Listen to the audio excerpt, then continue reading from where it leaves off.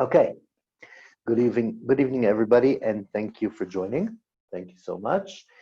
Okay, just gonna open up the Chovos Halevavos. Actually, should be doing that. Forgot about that point. It's important. Okay.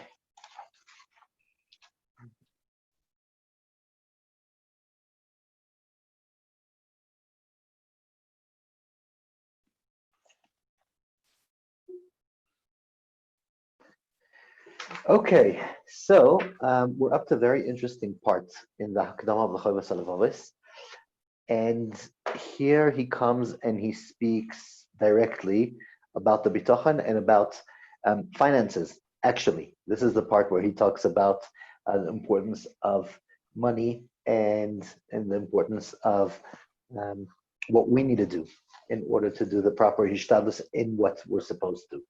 Beforehand, before we start this part, I actually think there's an interesting Gemara to look at first, and then when maybe we could see this part better.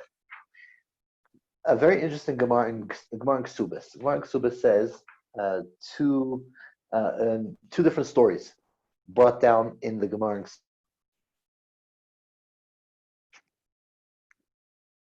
Chovos, and the stories are like Rava. Rava, the Amora, has a story like this. And one day he's sitting and getting ready for lunch, and a guy who is a person who needs support from tzedakah comes to him, and he says, "Can I join you for lunch?" And Rava says, "Yeah, with pleasure. What do you eat?" And he says, "Oh, my lunch is a proper bride chicken and proper wine," as he says. He says, "Old wine and a full chicken that was fed well before, tarnegolet tuma." So fattened, as somebody just said. So, anyways, he says that's what I eat every day. And Rava tells him, "Seriously, that's your lunch every day?" And he says, "Yeah." And Rava tells him, "Don't you feel it's a bit inappropriate to rely on the community for such a fancy lunch every day? I mean, if you're relying on the community, then go ahead and enjoy a sandwich. But why such a meal?" And this person looks at Rav and he says, "What do you mean? What am I eating from the community? I'm eating from Hashem. Hashem sends me my food. It has nothing to do with the community, none of their business. And I get my food from Hashem. And what's the difference what I eat?" As they're talking, the Gemara says that Rav's sister came to visit him after 13 years that she hasn't seen him. And she brings him exactly that, a proper chicken, proper roasted chicken, and a proper roasted chicken. She gets him, and just muting everybody. Okay, so she gets him a proper roasted chicken and the wine that he was had in desire. Tells him Rava, "Yeah, I guess that's for you." Apparently, my sister shows up after 13 years, and that was such a fancy shachmanas, which exactly what you said, that's for you. And the Gemara says that obviously somebody that relies on Hashem 100% to get what he needs, then he will get what he needs. On the other hand, the Gemara continues on a few more lines, and the Gemara says the story with Rabbi Nehemiah.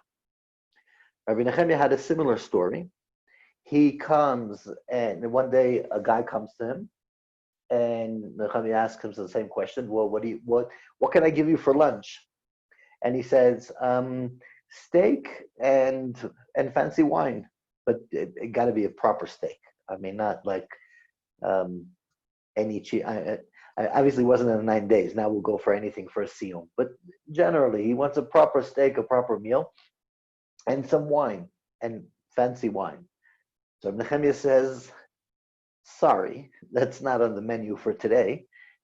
I do have lentils that I'm eating for lunch. Can I share with you some of my lentils?"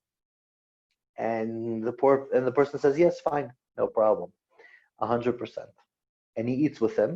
And the Gemara says that he was so used to fine food, when he ate the lentils, he got food poisoning and he died. It just wasn't suited. It didn't suit his body. And the Gemara says that it's his fault. What kind of business he had to make himself so spoiled that he only eats fancy food, and if he doesn't, then he can't survive. A person should prepare himself and for all your life, eat normal food. And if you eat normal food that you're able to achieve, then you don't have you're not in this tremendous risk of losing your life by not having proper food. And everybody asked, it's a simple question. What an interesting Gemara. Two stories with a complete contradiction. In the fourth story with Rava, the Gemara says, well done. You're not eating from the community, you're eating from Hashem, and you realize you're eating from Hashem. Perfect, go ahead, eat your chicken, eat your proper brai and proper wine. And by the other guy, which the story didn't work out for the best for him, the Gemara says, well, that's your fault. Next time, don't spoil yourself. Why? Why is the Gemara and Chovos over there contradicting themselves? To answer that, the famous story that we grew up on, there was once a rabbi who was giving a shiur somewhere in town about Habitachon and Emunah, and he spoke about the concept we speak about here quite often in this shiur, that if you honestly believe with all your heart that Hashem will send you something, then it will happen. And this guy's sitting there, and he's saying, Rabbi's got a point. I think it's time for me to quit work. And I have an idea. I'm going to buy a lottery ticket, and I'll just win the big prize because I believe with all my power and all my heart that I will get the grand prize. Just to be sure, after the shiur, he goes up to the rabbi and he says, tell me, if I actually believe with all my heart and soul that if I buy a ticket, I will win, will I win? The rabbi tells him, definitely. If you trust Hashem 100%, that you will get what you want, then you will get what you want. So he says, fine, cool. He goes and he checks and he sees that the ticket for this week, if you win the lottery, it was 50,000 rubles, which is enough for him and his family and anything he needs. And he's starting to tell everybody, I'm retiring. That's it. I bought the ticket and I'm going to win the lottery. Everybody's getting excited or unexcited, but have different opinions about this guy. However, he's counting the days until he becomes a millionaire. And then 2 days before the raffle, the rabbi comes up to him and he says, did you buy the ticket? And he said, yeah, I bought the ticket. And he says, are you sure 100% you're going to win? He said, yeah, definitely. So the rabbi says, okay, then I know you will. Can I make you an offer? He said, what's your offer? He said, I'll give you 20,000 ruble cash today for the ticket. The guy didn't hesitate and he says, deal. Take 20,000 rand, give me 20,000 ruble and take the ticket. So the rabbi tells him, listen, if you honestly believe with all your heart that in 2 days you're winning 50,000, you're just giving up 30,000 rubles in 2 days, you're insane. Basically what you're telling me is that you trust more the 20,000 ruble you'll get in cash from me than 50,000 you'll get in 2 days from Hashem. Tells him that's not bitachon, that's not serious. And obviously you're not going to win in that way. You may win, but it's going to be by chance like anybody else, and it won't be by Hashem's promise that if you completely believe in Hashem 100%. And that's exactly what the Gemara says over here. The Gemara tells us a very interesting concept. The Gemara says, listen, this guy that came to Rava, he honestly believed with all his heart and soul that Hashem is sending his food, and he ordered from Hashem, and Hashem always has that on the menu. There's no concern that Hashem's going to run out of chicken. So he's not concerned, and it's not from the community, and there's no problem. This guy that came to Reb Nehemiah, he believes with all his heart. But when Reb Nehemiah tells him, sorry, I have lentils, do you want to share with me my lentils? He says yes. That means he doesn't trust Hashem 100% that he will get his steak for today. And the Gemara says if somebody doesn't trust 100% to the level that he'll reject the other food, and it would be obvious and clear to him that he's not going to be hungry, then that's not fully believing. If that's not fully believing, then Hashem won't send it to you. There's no guarantee. There's only a guarantee if a person knows clearly that he can trust, that he is trusting Hashem and he will be getting it. And that's why the same concept. And that's what the concept of the Chovos starts with. And he starts and he says like this. And this is what he compares, and it's a very interesting topic. We're not going to go through the whole thing today, it's quite long, but he explains the power of trusting in Hashem. So he starts off by saying, שהבוטח באלוקים יביאנו ביטחונו לפנות את ליבו מענייני העולם ולייחד לבבו לענייני העבודה. He says, if somebody completely trusts Hashem, as we say, in the level that he is hungry and he's starving, and somebody says, do you want some lentils? He says, no, I'm going to get my steak in a few minutes, it's fine. And he has that level of bitachon, then he's calm and he's relaxed through his life. And he compares him to a person who is a chemist, and these are the words he uses. And he's like a b'menuchat nafsho, in his calmness and his ability of not worrying about anything. He's like a chemist, that knows how to change silver into gold and copper into gold. Take metal and make it into silver. Take silver, make it into gold. Imagine we'd have that power. So he's saying, let's think about a person who's a chemist. He knows how to take any piece of metal and turn it into gold. Take any stone and turn it into diamond.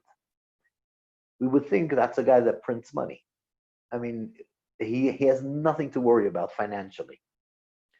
So he says, let's compare this person. This is the analogy he goes. And he says, this person that can walk outside his house, take a piece of metal and change it into gold, or take a piece of stone and change it into diamond, compared to somebody who trusts Hashem. He says, somebody who trusts Hashem should be as calm as this guy. However, he says, somebody who has full bitachon, and trust in Hashem, he has 10 benefits, 10 advantages, things that he's advanced more than this chemist guy. The person who has full bitachon in Hashem and full trust in Hashem can have more bitachon than 10 people, than in 10 levels more than this chemist. I'll share something personal for me, but which is not about finances. It's another level of bitachon, which is similar, and we'll go back to this. Just feel it's the right thing to share. Quite some time ago, not quite some time, about 2.5 years ago, minus plus, me and my family went through a terrible robbery. I think everybody in the Shaar and the group was aware of it. Very unpleasant. It was scary, it was uncomfortable, and it created massive trauma. And obviously, the weeks after the robbery, and quite a few weeks after, every sound, every noise, everything reminds you of the robbery, and it's scary. And we know people in town that have gone through some kind of trauma. They hear noise, they get scared. They hear something, they hear somebody walking. They know something's going on. We all have cap and speed dial, right? Because we're worried.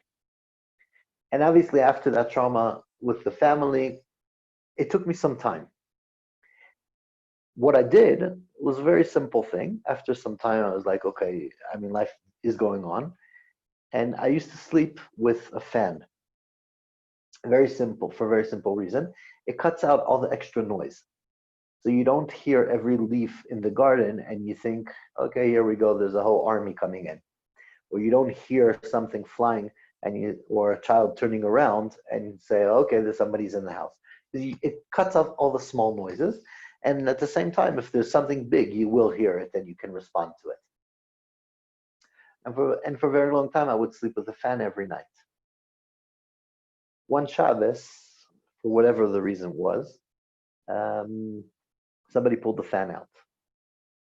And my first reaction was, okay, I'll be up tonight.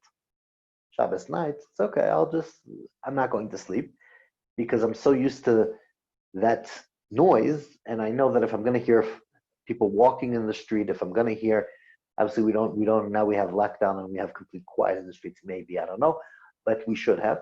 And if I don't hear the noise, then I'll be fine. But if I don't go to sleep, I'm not worried. And I come to the Shabbos table, and as I'm sitting at the Shabbos table, I start thinking. And by the way, the reason I'm sharing it is because one of the learners gave me tremendous chizuk this week by sharing a personal situation that we discussed in the shiur that helped him in his personal life. I just felt a need to share mine as well.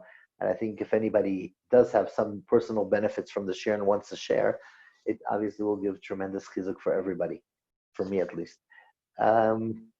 So anyways, I'm sitting there, and then I say to myself, 1 second, what would I need to sleep calm tonight? And I thought to myself, well, obviously if I would have had a guard, I mean, I can't turn on the fan, Shabbos. I'm not going to ask a goy to do it. There's no reason to, halachically, for me to ask a goy to. But if I would get a guard to stand outside the house for the night, I'll be fine. So I start thinking, and I tell myself, 1 second. If I would have a guard, what guard would I have? I'll probably go to one of the shuls around and find the guard and say, here's a few hundred rands, would you come stand here for the night? And he would say yes. Now, this guard would give me comfort and I'd go to sleep happily. And I started laughing. I started thinking to myself, 1 second. I know that there's a 50% chance that these guards, if somebody steals a car in front of their eyes and you come to them and you say, hey, what happened? They'll tell you, ish, I don't know. So I'm going to get this guy that will probably tell me ish if something goes wrong, right? And sleep calmly, but Hashem is not enough for me. It was so crazy that I started laughing. Because I was saying, how could that be? How could it be that I'm nervous to go to sleep because who knows what's going to happen? But if there's a guard here from one of the shuls, I'll be fine. It just doesn't make sense. And I went to sleep and it was fine. And I thought that was the biggest present Hashem could give me for somebody to forget. The person who pulled out the fan and the light in the room did me the biggest favor. Because suddenly it was an opportunity for me to realize, 1 second. I mean, I'm learning this, but is that my level? Is my level that I'm as calm forget calmer from HaKadosh Baruch Hu than from a guard from the shul. Am I at least the same? No. How could that be? It's so out of logic to say that if I have this guy, I'll be calmer. And it just doesn't make sense. And that's exactly where we're going to start seeing in the Chovos Halevavos. He says, if somebody really trusts Hashem, it doesn't make sense to trust anybody else. It doesn't make sense to be worried. And at the same time, if you'd compare him to somebody who can take metal and turn it into gold, can take stones and turn it into diamonds, that chemist he's not on the same level. This guy is much calmer. And why? This is the first thing is, תחילתם שבעל הכימיה צריך לדברים מיוחדים למלאכה. לא ייגמר לו דבר זולתם ולא ימצאים בכל עת ובכל מקום. So think of this chemist. Number one, he says, think of this chemist that he can go outside, take a piece of metal, turn it into gold. It's obvious that he needs some equipment, right? It can't be that he'd look at the metal and it will turn into gold. He needs some tools. He needs some work to do about it. And El Tzachi's in the shiur here. He could tell us how much work you need to take it from a diamond to make it into a valuable diamond. So to take something, it's tremendous work and patience that I can't imagine. I always think that if I'd be the one working with diamonds, I'd manage by 3 minutes and say, okay, you continue. All the patience and everything. So obviously to take a rock and turn it into diamond takes something. You need equipment. You need full equipment. You don't always have that equipment in every place. So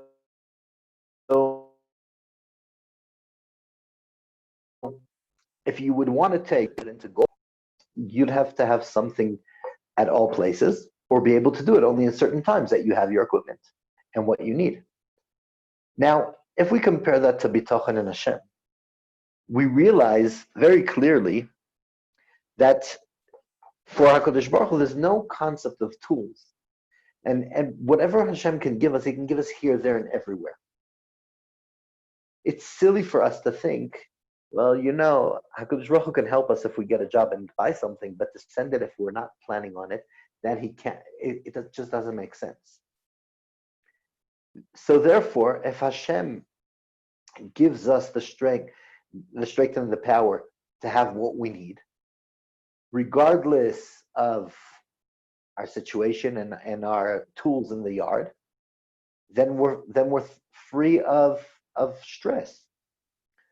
Much freer than this person who can change metal into gold but needs his equipment and he needs to work on it. And I'm going to share a story that I actually shared with my kids this Shabbos, but it's my personal story. It happened to me many years ago, and I think it's powerful to realize the power of Emunah. And I got to say, I knew it I only realized another part of the story, another dimension of the story when I was learning this for the Shaar. And I'll tell you what the extra dimension. The simple story is like this. When I was in Eretz Yisrael, I used to work in an organization called Bechenu, and I used to, same organization as Dirshu here, and I used to run around at nights, run around nights maybe doesn't sound as respectful. I used to drive to places and go to places and give lectures and speak to people, and we had this project that throughout Israel, there were many places that boys who came from complete secular backgrounds would come to learn Torah after school, and they would achieve. They would learn about Judaism. They would learn about Torah. They would become actually serious learners. And we found from speaking to people in the field that there's some kind of in Hebrew we say tikrat zchuchit. I'm assuming we say such a thing in English as well, but like the glass wall, that glass roof that you can only rise to a certain level, because all these places that were doing kiruv in the towns and in the small cities, they had what they had locally, but they weren't able to help these kids more.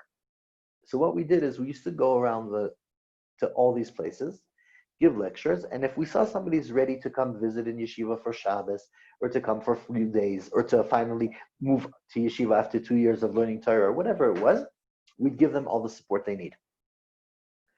So one night I was driving to a city called Akko.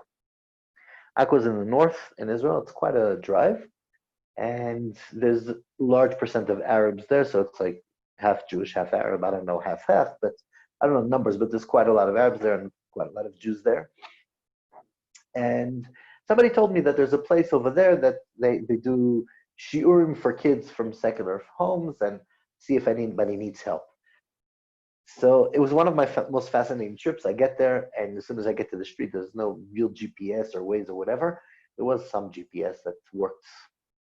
I'd say a big percent of the time it was working. Part of it the rest of the time you had to guess where you're going. But I got to the area, and I stopped the car at night, and I asked this guy, do you know where there's a Shaar here in the road? And he says, yeah, definitely a few. Which one are you looking for? Which was already a shock. But anyways, I found the guy. I walk into the Beis Medrash. I see Beis Medrash packed. I remember tens of learners. Probably over 100 easily. And it's not the only one. And they're all learning. Kids that are in the day-to-day life are secular. I mean, in their right before going to the army, or some of them after. Young guys. And I speak with the guy who runs the place. And I told him, listen, I'm here to help. If there's anybody that wants to move forward and wants to try out yeshiva, or wants to go and either can't because of finances, or has a problem or anything, that's what our organization does. I'm here to help. So he tells me, listen, I have no one to send to yeshiva. Can't help you with that. I mean, there's no one here that's ready.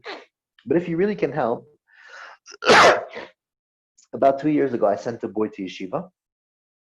And he spoke to me a few weeks ago saying that after he went to yeshiva, his family disowned him, and he doesn't have any financial support, and he's not going to continue.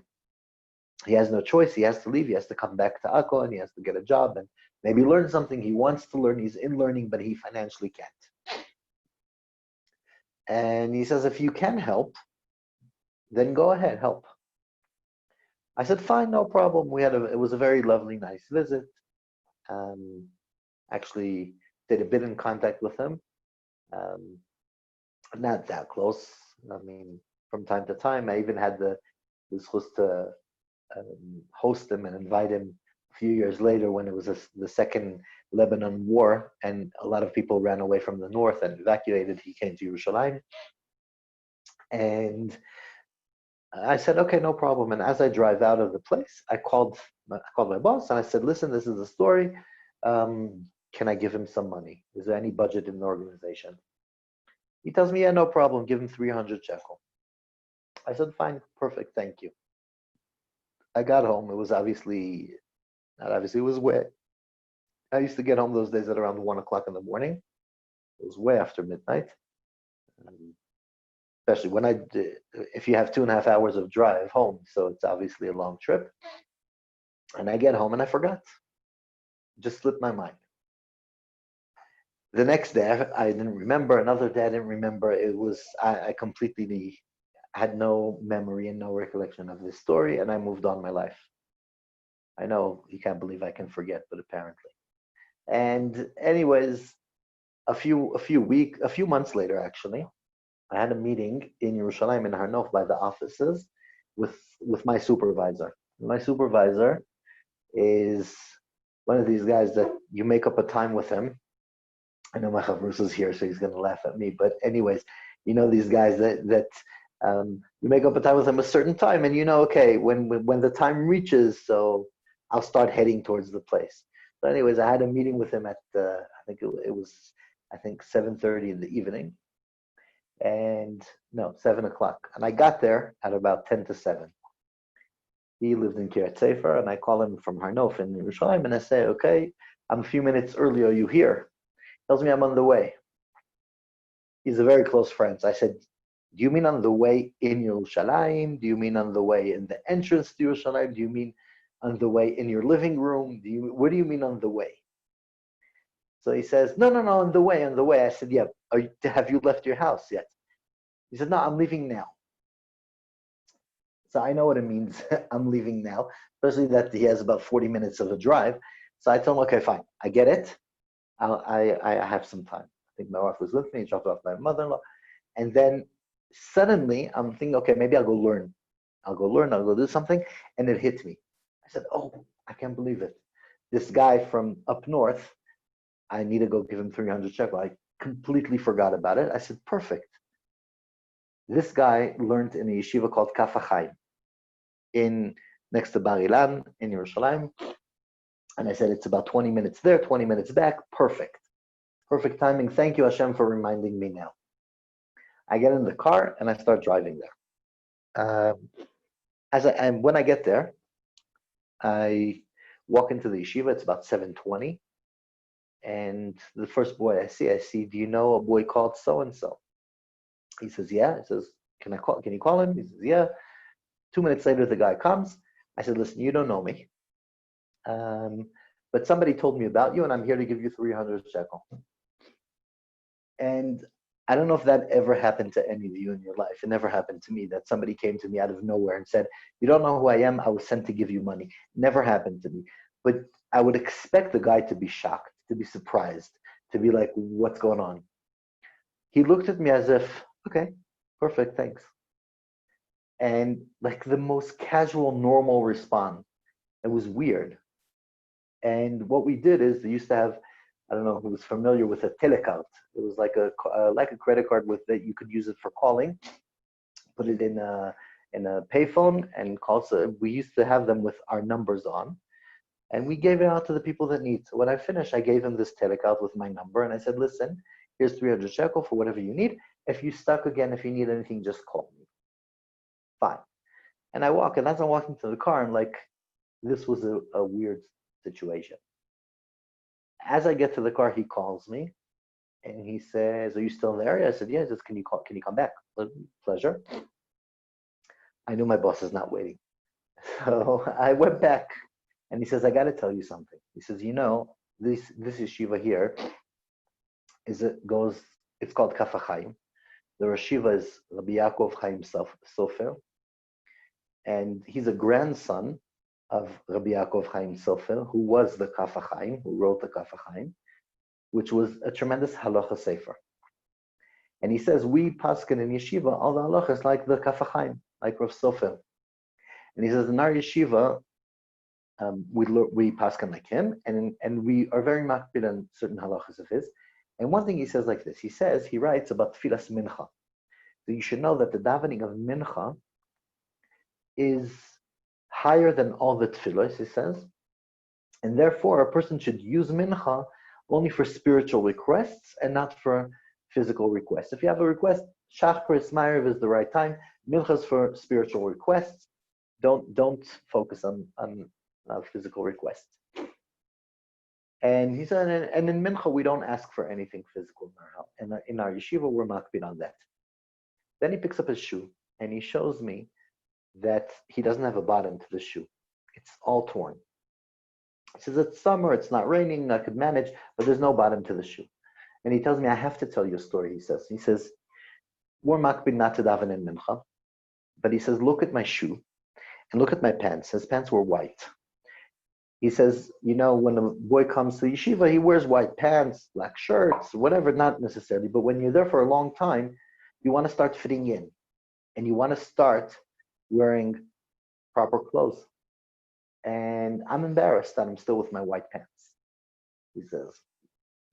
And he said, today in mincha, I broke. I fell apart, he said. Until today, I managed somehow. And he said, this afternoon, I decided I'm leaving yeshiva. So I'm leaving yeshiva, I can't. I don't have shoes. I don't have the right pants. I'm going to go to work. I'm going to leave, he says. He says, I'm davening mincha. And he says, suddenly I break down and I start crying, he says. And he says, I told Hashem, listen, true, I don't ask for anything that is not spiritual. However, he says, this is not spiritual anymore. This is not physical anymore. This is completely spiritual, he says. I can't manage an yeshiva for one more day. He says, I need shoes and I need pants. I saw pants for 100 and shoes for 200 or the other way around. I'm not sure. This is what I need. If I don't have it, I'm leaving yeshiva. It's not about the money. It's about being in yeshiva. He says, I need it. Hashem, I need shoes and I need the pants. He says, mincha finished, 7:15. I walk out. By the time I start walking to my room to get my stuff, says, by the time I got to my room, somebody called me, says, somebody's waiting for you. You came and you gave me 300 shekel. And that's why it was normal. Now, for years, I've been telling the story over under the impression of the power of davening to Hashem, under the power of tfilas mincha, under the understanding that if somebody davens with all his heart, Hashem listens to him. Only giving this year, I realized something very special. This guy, when he was davening mincha, it's not only about mincha. He believed with all his heart that Hashem is going to sort him out. He believed with no question about it that if he cries to Hashem in mincha, he will get what he needs. And he cried in mincha, and he knew that Hashem is going to send it.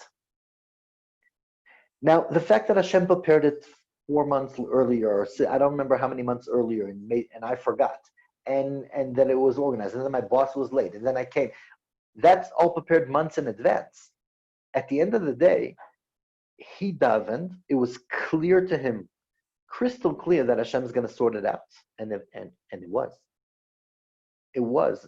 He finished davening. He went to his room. By the time he got to his room, I was there with the money. And I think that's something that he says, Barakimia, if somebody relies on Hashem completely, then there's nothing that stops Hashem. Hashem, it doesn't make a difference if we get to eat in a normal environment, or we get somewhere from work, or if we get something in a crazy way. At the end of the day, we can get it in an amazing way. I don't know. I hope I'm not going too much into stories. Just a few people gave me good feedback on it. But there's a famous story about the Brisker Rav who once was trying to go to his yeshiva for someplace, and he went and he gets to the train, and he's standing in a train station, and he doesn't get on, and the train passes, and he's not getting on. The next train comes, And he didn't get on. So a guy that was waiting for a different train tells him, "What's going on, Rabbi? Why aren't you going?" He says, "Because I don't have the money for the train." So he says, "So what's the plan?" He says, "No, I don't know. I need to be on by this train, the latest, the one that's the next train. That's the latest one. I don't have the money, but my hishtadlus is to come and be available by the train. If Hashem gives me the money, I'm going to still in my house. It's going to be a problem. So I came. I'm waiting by the train. Hashem will give me the money. That's my hishtadlus." That's what he felt as his hishtadlus. He says, the train comes in. He still doesn't have money. And as people are getting on, one of his Talmidim passes and he says, "Rebbe, are you not coming?" And he says, "I don't have a ticket." So he says, "Oh, no problem." He buys a ticket for himself and he buys a ticket for the Rebbe and he gets on. He gets on and he makes the train. The Grizz said that afterwards, the Briskerov says that afterwards the guy came up to him on the train and he says, "Rabbi, you're such a fool," he tells him. "What would you have done if your student would have come 5 minutes later? It never would have worked. It's just a coincidence that your student came in the right time, in the last moment." He didn't even get the concept that Hashem sent the student that moment because he was clear to him that that's what's going to happen. So, and that's the basic foundation that we see. So the first thing is that Balakimya needs to do, and the second thing is very connected. Vasheni, he says, if we continue, Ki Balakimya tzorich lemaisim v'lemelachos. He's also putting himself in danger. He says, not only that this chemist guy needs his tools, whenever a person is involved in labor and in physical labor, it's dangerous. People can get sick from the smoke of the work with the metals. People can get hurt from heavy equipment. He says he's putting, to a certain degree, he's putting himself in risk.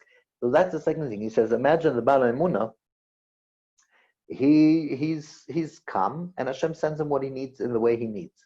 If you're looking at the person who does the chemistry, this chemist guy, not only that he needs his equipment, he says the second thing is he's putting himself in risk every day. Unfortunately, we know that going to work, sometimes with heavy equipment, or sometimes traveling in certain places, or sometimes pollution, there's things that are dangerous. And any action that we do within our day-to-day lives can be dangerous, especially when you deal with these kind of things. So he says, if a person is so calm and relaxed with Hashem, he doesn't have to put himself in risk physically in any time. Not only that, whatever he gets, he's happy. He's calm because that's what Hashem is sending him. He doesn't have to force himself through the physical hard work. And that's the pasuk that he says, Binois deshe yarbitzaini, al mei menuchos inaleini, a calmness. Al mei menuchot. He's just going to go calm and simple. Because if a person realizes and understands that what he has comes from Hashem, compared to somebody that needs to work for it, so this person that can make metal into gold, compared to somebody that Hashem will send him directly the gold, he doesn't have to put himself in physical risk. And the third one, because I thought we'll go through at least half, so let's say the third one at least. The third one, he says, another major difference, he says, when somebody that gets his everything provided him from Hashem, and somebody who knows how to take metal and make it into gold. The person who knows and has the secret of making metal into gold, he's always scared that people are going to try to get the secret out of him. First of all, if people know it, then his secret becomes worthless. Because if everybody knows how to do it, then it has no value. If only he knows how to do it, then it has a tremendous value. When they used to sell CDs, it had a major value. Once everybody could do it at home with a driver, they sold these CD writers, then it lost its value. If anybody could do it, it's worthless. I always say we take things for granted. We know we could take water, put it in a box, and put it in the freezer, and it will become ice. But if changing water to ice would have been a massive, amazing thing that nobody knew how to do, it would have been worth a fortune to change ice into water and water into ice. fortunate to us, then it's not a big deal. Anybody could put something in the freezer, and still we're too lazy and we go buy ice in the petrol station. But theoretically, all we need to do is take water, put it in the freezer. But if everybody knew how to do it, it didn't have value. So this guy, once his secret is exposed, he lost everything. So he's living in fear consistently that if people will know how to change metal into gold, he doesn't have any power. So he needs to hide his secret. Hiding a secret is not easy. It's scary. There's always the fear people will know. Maybe people that will so desperately want to know, and if they figure out that he knows the secret, they may hurt him to get the information. It's not simple to hide a secret. The person who has Habitachon is completely the other way around. Not only that he's not hiding a secret, he's running around and telling people about his secret. He's having a Zoom share and telling everybody, look at the amazing power I have, trusting Hashem. Because you want everybody, and you can't lose by other people having Bitachon as well. If all of us here will have full Bitachon and get everything we want, that would be great. But if all of us knew the same business secret, maybe it wouldn't be so great. So the person who has Bitachon and Hashem has a way stronger power and calmness over the person who knows how to change metal into gold. Because if you're changing metal into gold, once people expose you, puts you in danger, and you lose your power. A person who has Bitachon, a person who trusts Hashem, he's never in danger, A. B, he wants the whole world to know. The more people know, the happier he is. And we're proud in what we do. And that's the power over that. So just to end, I'll summarize. He says, the concept is that, just in 2 minutes I'll summarize. We spoke about the need, like we saw in the Gemara, that only if you believe completely, 100%, then you're safe, then it could happen. If you kind of believe on condition, believe, but if somebody offers you a better deal, that's not real believing. We spoke about the concept that if you could compare somebody who trusts Hashem 100% to somebody who has the power of changing metal into gold or stone into diamond, compared to a person who has Bitachon, we saw 3 advantages that the Baal Bitachon has. Number 1, you don't need any equipment. Hashem can send it to you wherever, whenever. Somebody could come to yeshiva with money after mincha.